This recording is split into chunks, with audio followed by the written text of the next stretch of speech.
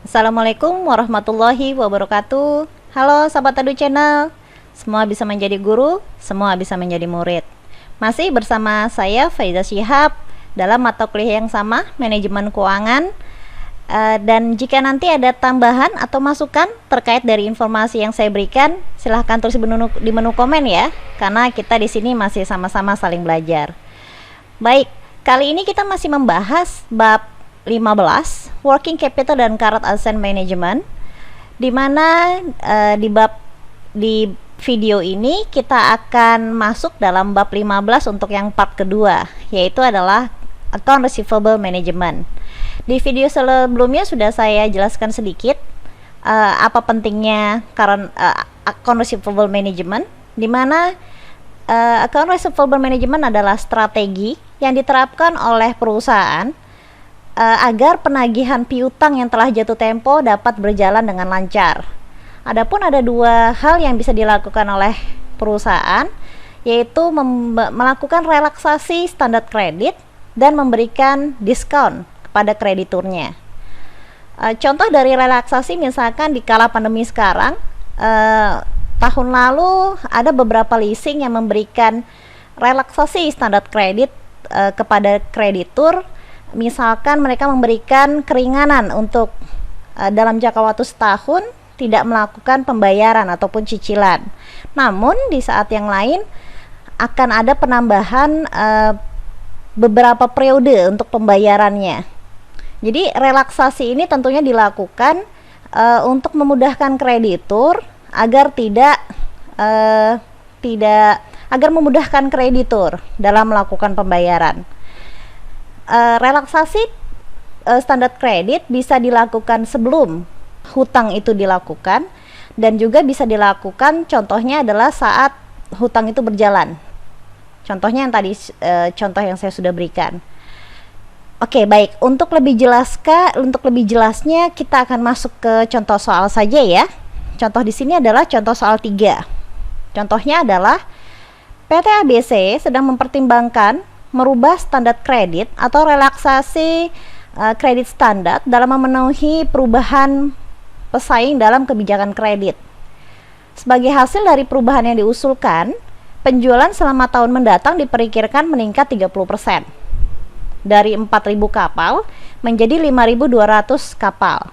Jadi karena adanya perubahan standar kredit yang lebih ringan, lebih lunak, jadi banyak kreditur yang bisa lebih mudah melakukan hutang ke perusahaan ABC ini, sehingga penjualan yang tadinya 4.000 tentunya akan meningkat menjadi 5.200 karena adanya relaksasi standar kredit tadi.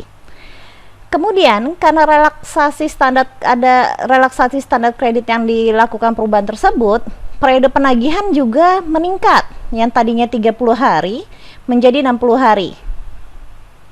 Kenapa demikian? Yang tadinya standarnya itu adalah standar yang cukup strict misalkan, yaitu adalah kreditur-kreditur yang mampu membayar, karena ada pelunakan ataupun peringanan dalam standar kreditnya, sehingga ada klasifikasi kreditur yang di bawah standar yang semestinya bisa melakukan hutang ke perusahaan, sehingga di sini akan perusahaan mendapatkan efek yang berbeda, yaitu adalah proses penagihannya lebih lama, yang tadinya 30 menjadi 60 hari. Jadi ada efeknya berbeda-beda ya. Kalau dari hal penjualan dia meningkat 30%. Tapi di saat yang sama ada hal yang kurang baik terjadi. Periode penagihannya menjadi lebih lama. Berarti di sini ada arus kas perusahaan yang kurang sehat tentunya. Dan ada kondisi lain, kredit macet atau bad debts diperkirakan akan meningkat dari 2% sehingga menjadi 5%. Bad debt di sini adalah kredit macet. Jadi kreditur tidak mampu membayar. Yang tadinya cuma 2% meningkat jadi 5%. Jadi kondisi ini tentunya kurang baik untuk perusahaan. Keterangan lainnya adalah rata-rata harga jual per unit itu adalah $1.250 dan biaya variabel per unit adalah $850. Pendapatan perusahaan dari investasi atau required return investment adalah 17%. Jadi apakah secara kasat mata apakah baik atau tidak kita tidak bisa menentukan. Karena itu kita harus melakukan evaluasi lebih lanjut. Pertanyaan adalah, lakukanlah evaluasi pada perusahaan yang diajukan dalam standar kredit tersebut dan buatlah rekomendasi kepada perusahaan. Jadi pada saat melakukan evaluasi ini kita hitung dulu apakah kondisi perusahaan menjadi lebih baik atau tidak. Jika ingin menetapkan strategi relaxing credit standard. Jadi kita akan membuat rekomendasi dari perhitungan yang kita buat. Bagaimana cara menjawabnya? Sangat mudah tentunya. Yang dilakukan adalah kalian buat pembeda dulu kondisi sebelum dan kondisi sesudah. Contohnya, untuk penjualan di sini yang tadinya 4.000 menjadi 5.200. Kemudian ada keterangan lainnya adalah harga jual 1.250, biaya variabel adalah $850.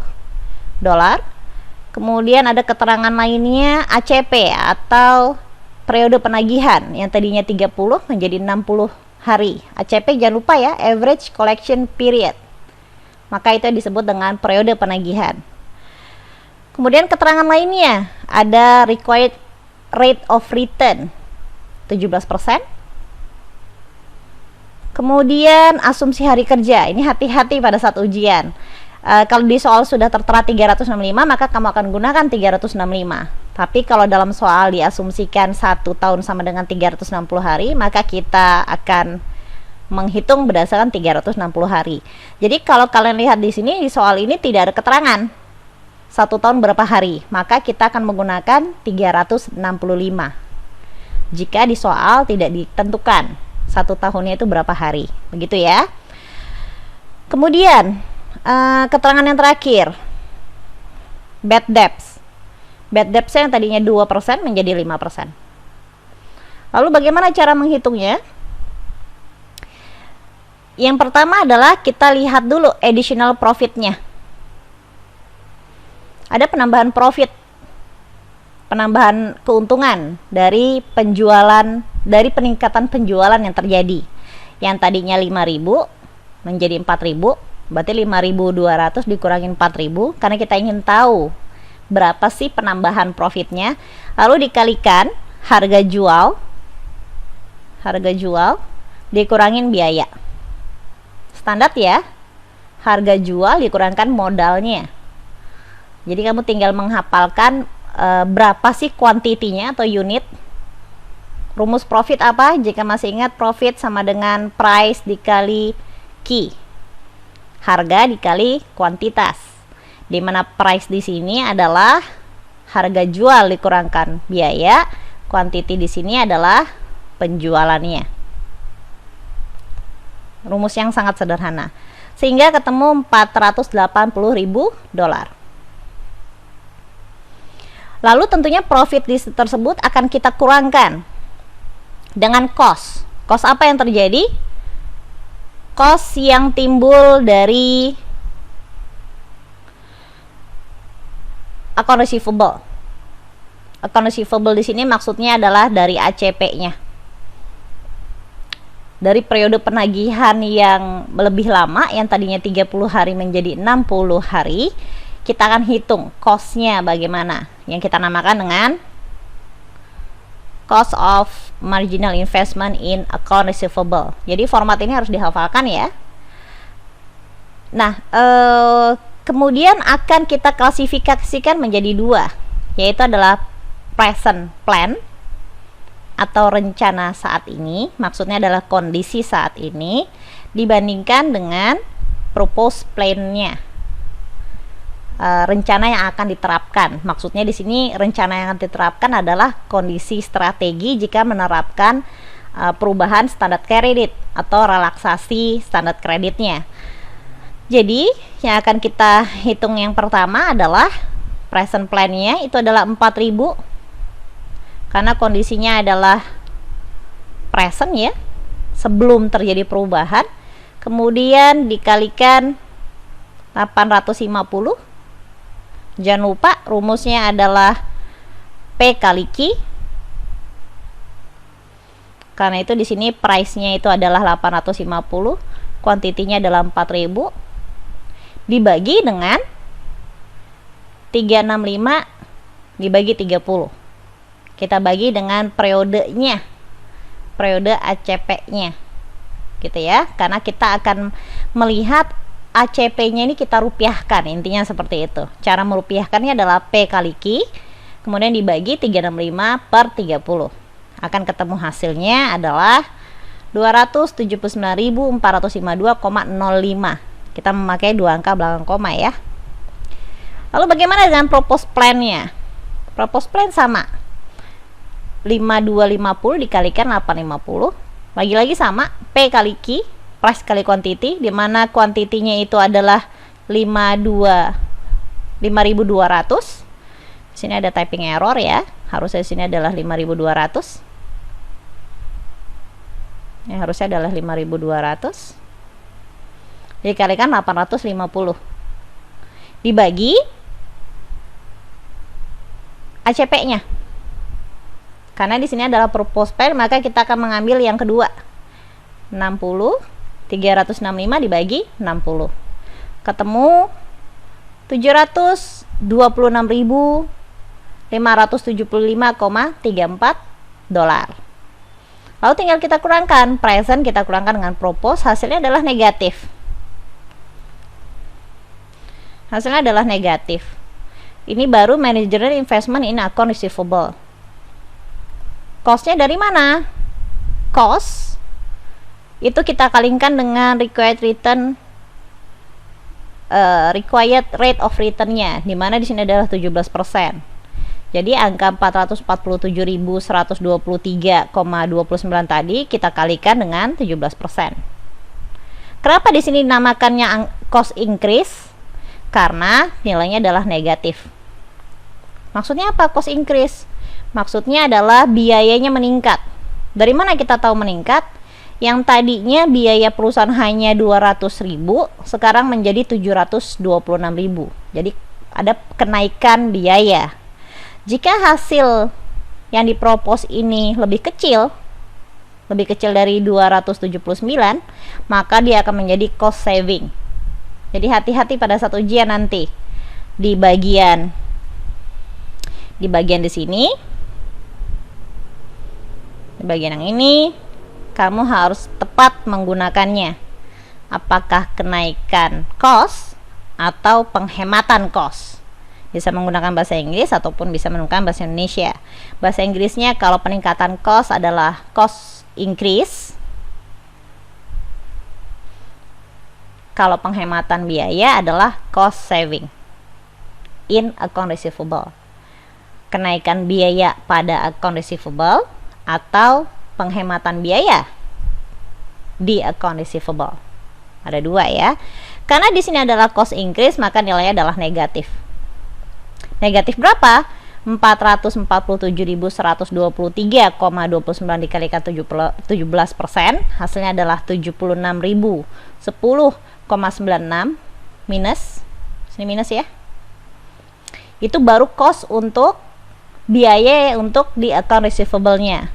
Lalu apa lagi yang terjadi? Skenario yang kedua, bad debt. Jadi hati-hati di ujian. Ini contohnya kebetulan memang ada ACP-nya meningkat dan bad debt-nya juga meningkat. Kalau dalam soal nanti tidak ada bad debt ya tidak usah dihitung. Oke, karena di sini skenario-nya ada skenario kejadian yang ketiga terjadi pada saat cost of bad debt-nya meningkat di sini. Maka kita hitung. Jadi kalau tadi itu yang pertama adalah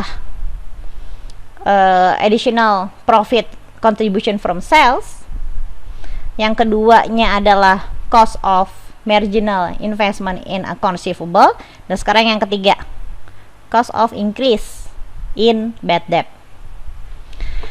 Sama, kita akan menggunakan yang pertama adalah presentnya dulu, present plan, dimana untuk present plan itu adalah 2%, dikalikan 4.000 dikalikan 1.250.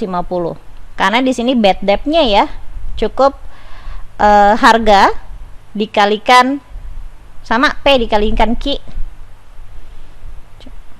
Gitu ya. Cuman hati-hati.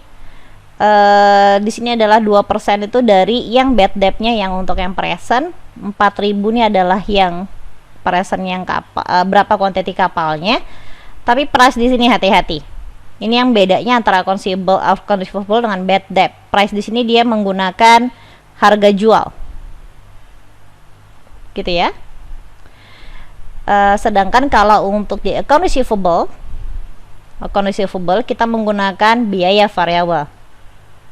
Oke, itu yang membedakannya. Sama-sama P kali Q, tapi P-nya yang mana yang digunakan.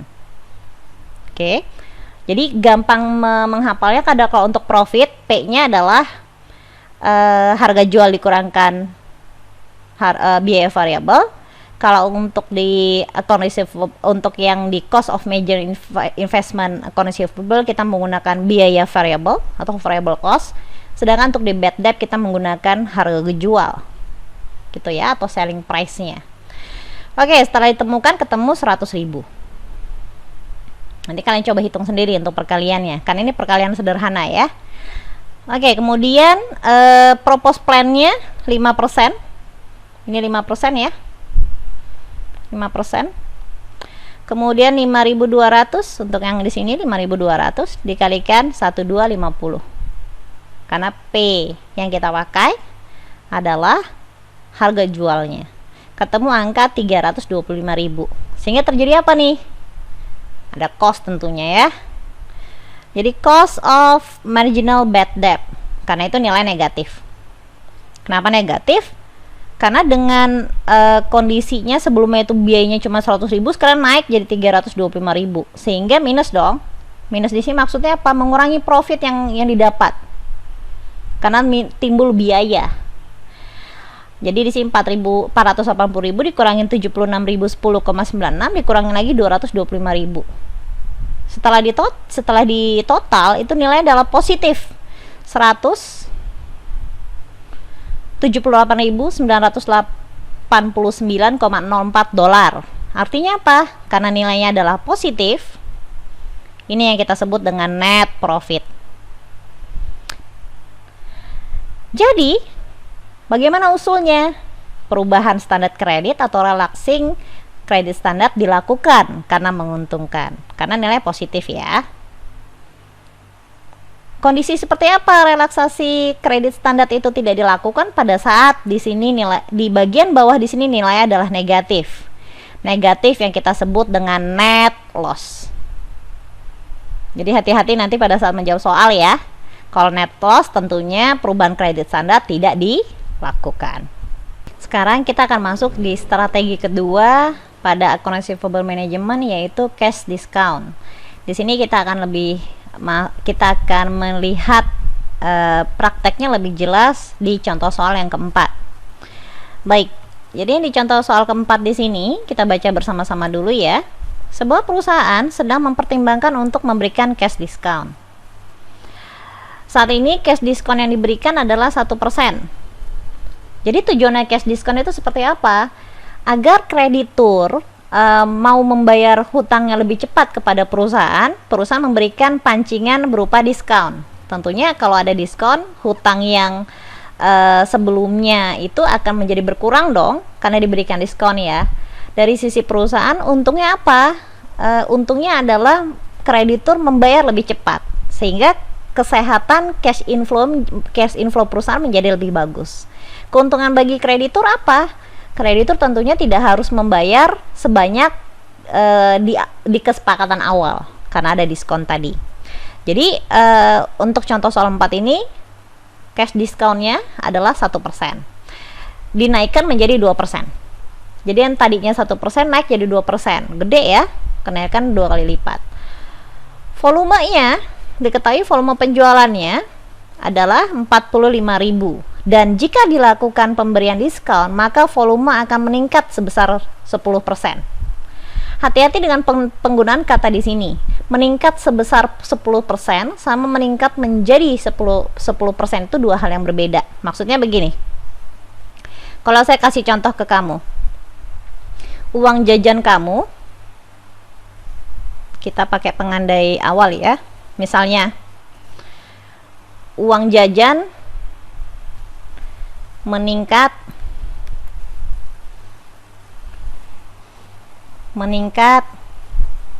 sebesar 500.000.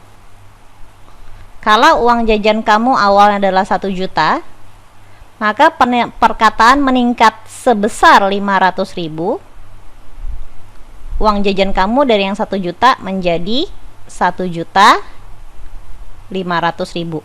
1 juta ditambahin 500.000. Tapi kalau ada kata-kata meningkat menjadi 2 juta, maka uang jajan kamu yang tadinya 1 juta menjadi 2 juta. Bukan ditambah ya, bukan 3 juta loh ya. Bukan 1 juta ditambahin 2 juta. Hati-hati dengan kata-kata sebesar dengan kata-kata menjadi. Ini akan menjadi jebakan Batman untuk soal ujian nantinya. Kamu harus hati-hati di kata-kata sebesar dan menjadi. Untuk di soal yang kali ini, soalnya adalah meningkat sebesar 10%. 10% dari mana? Yang tadinya 45.000 meningkat sebesar 10%. Jadi kamu harus ngitung 10% lalu tambahkan lagi di unit yang awalnya. Kemudian keterangan yang kedua. Harga rata-rata penjualan adalah $65 dan biaya variabelnya $52,5 per unit. Keterangan lainnya, average collection period yang tadinya 40 hari dia menjadi 45 hari. Jadi hampir sama ya di sini ya. Jadi kalau cash discount itu periode penagihan piutang juga menjadi lebih lama dibandingkan yang sebelumnya. Kemudian keterangan berikutnya adalah pelanggan yang mengambil cash discount. Ternyata nggak semua mau ngambil diskon. Yang mau mengambil pelanggan atau kreditur yang ingin mengambil diskon hanya 80%. Jadi nggak semua, bukan 100% yang mengambil diskonnya ya. Ya, kita akan hitung setelah ini. Keterangan tambahan lainnya adalah required return untuk investasi sejenis adalah 12%. Jadi required return untuk investasi sejenis ini maksudnya adalah ya opportunity cost-nya. Yang sudah saya jelaskan apa sih konsep opportunity cost di video-video sebelumnya ya, diputar lagi di video sebelumnya. Nah, untuk di soal kali ini sudah diketahui asumsi 1 tahun adalah 360 hari. Maka di sini yang akan kita gunakan adalah 360. Pertanyaannya, A. Berapakah keuntungan atau kerugian bersih dari perubahan kebijakan tersebut? Yang kebijakan maksudnya adalah cash diskon tadi yang menerapkan 1% menjadi 2%. Kemudian apakah keputusannya untuk memberikan cash diskon itu dilakukan atau tidak? Jadi kalian sebagai penganalisa memberikan usulan ke perusahaan apa yang harus dilakukan, apakah harus menerapkan cash diskon atau tidak. Bagaimana cara perhitungannya? Sama saja dengan relaksasi tadi. Sama, kita harus lihat lagi di sini penjualannya dibedakan ya. 45.000 dia naik sebesar 10%. 10% dari 45.000 itu adalah 4.500, sehingga kamu jumlahkan dengan angka 45.000 di awal sehingga 10% tadi menjadi 49.500. Lalu ACP-nya 40 hari menjadi 45 hari. Price-nya terbagi dua ya. Ada price harga selling price-nya sama ada variable cost-nya yaitu 52,5 dan selling price-nya adalah 65. Required rate of return-nya adalah 12%. Asumsi hari kerja itu adalah 300, di sini salah ya, di sini adalah 360. Di sini ada 360. Kemudian cash discountnya adalah 1% ke menjadi 2%. Pelanggan yang mengambil cash diskon ada berapa? Ada 80% dari total keseluruhan pelanggan. Bagaimana cara menghitungnya? Sama, ada terbagi menjadi 3. Yang pertama ini ya, kita akan mengotakkan ini ya. Yang pertama yang saya kotakkan warna pink lah. Di sini adalah untuk additional profitnya. Kemudian yang hijau ini adalah untuk cost of marginal investment in account receivable. Lalu yang warna orange ini adalah yang ketiga. Yang ini adalah cost of increase in cash discount. Jadi ada 3 tahap, ada 1, ada 2. Di sini adalah tahap yang pertama, ini adalah tahap yang kedua, dan ini adalah tahap yang ketiga. Ada 3 perhitungan. Kita lihat dulu yang pertama, additional profit contribution from sales. Sama di sini, tata caranya adalah P kali Q, dimana kuantitinya adalah perubahannya 49.500 dikurangi 45.000 dikalikan selling price dikurang, di sini adalah P-nya ya, ini adalah Q-nya. Boleh ditukar juga nggak masalah. Price-nya itu adalah selling price dikurangkan variable cost-nya 65 dikurangkan 52,5 sehingga ketemu profitnya 56.250 dolar. Cost of marginal investment in account receivable sama, kita harus bedakan menjadi 2, ada present plan, ada proposed plan. Mana untuk present plan-nya di sini adalah 45.000 unit quantity ya, dikalikan, jangan lupa kita menggunakan biaya variabel, P-nya itu adalah biaya variabel yaitu 52,5 dibagi 360 karena asumsi 1 tonnya adalah 360 dibagi ACP-nya yang untuk present plan yaitu dalam 40, ketemu 265.500.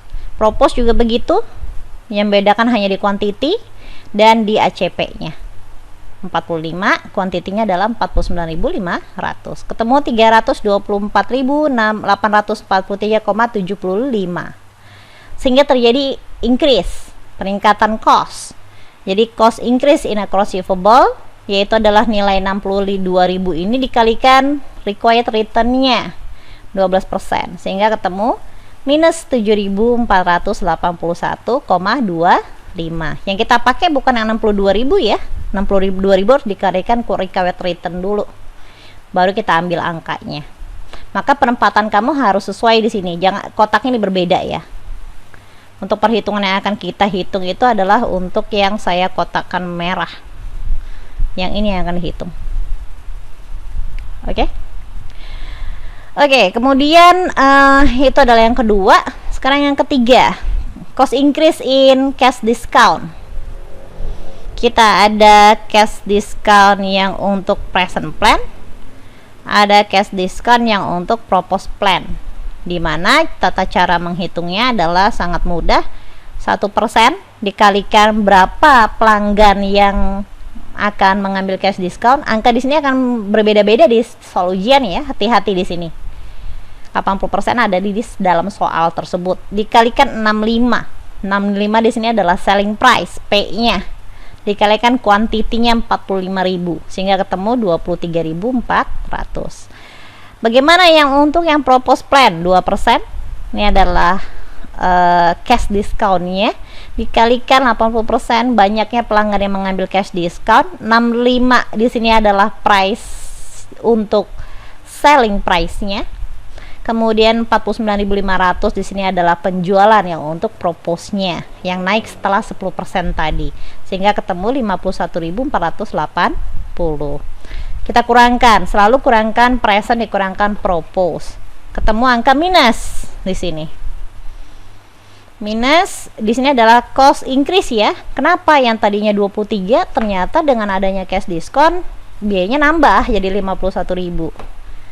Jadi di sini ada peningkatan cost. Jadi minus di sini. Bu, bagaimana kalau costnya jadi cost saving, Bu? Nilainya bukan minus tapi positif, maka dia akan menambahkan profitnya karena nilainya positif.